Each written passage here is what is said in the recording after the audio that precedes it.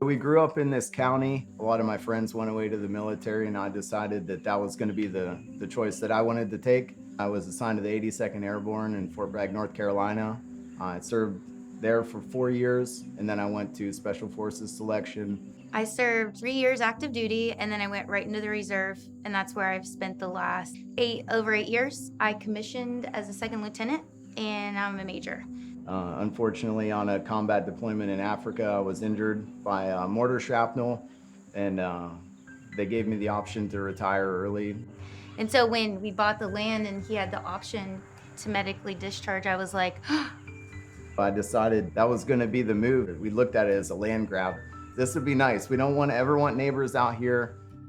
We grew up on that property out there. On some of my deployments, I got into the sustainable and regenerative agriculture movement that was going on. It was hobby level stuff, and the reward was everyone got fresh meat yeah, we got, from the labors yeah. of our work and the rehabbing of the land.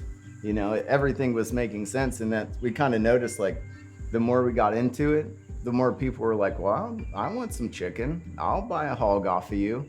I'm like, okay. So it started the next year. Well, let's raise 100 extra. Okay, let's raise 20 more hogs this year. It's not about money, it's not about these things. It's about getting back to the core of ourselves. As we kept developing the farm, and we were able to get the funding from Rural First to expand twofold our That was operation. after several, even the VA turned us down because we were looking for a VA loan because we are unconventional living. They were like, wow, these guys are really rural. Like, I don't know if this is gonna qualify for our kind of loan. I'm like, this is our dream right here. Like, what do you mean it doesn't qualify?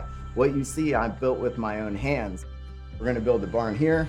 The cows will be over there, the garden's here, the greenhouse here. We're halfway there. And Rural First was like, that sounds amazing. This is exactly, we have just a program for you.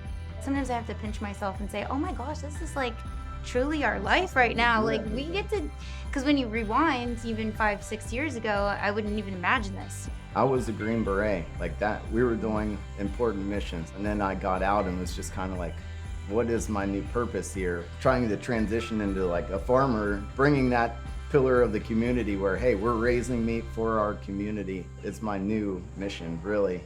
I can never go back. It hits closer to home, being able to serve your community. I feel like my whole life is closer to what matters to me since I've been able to work on the farm and be with my kids and him every single day.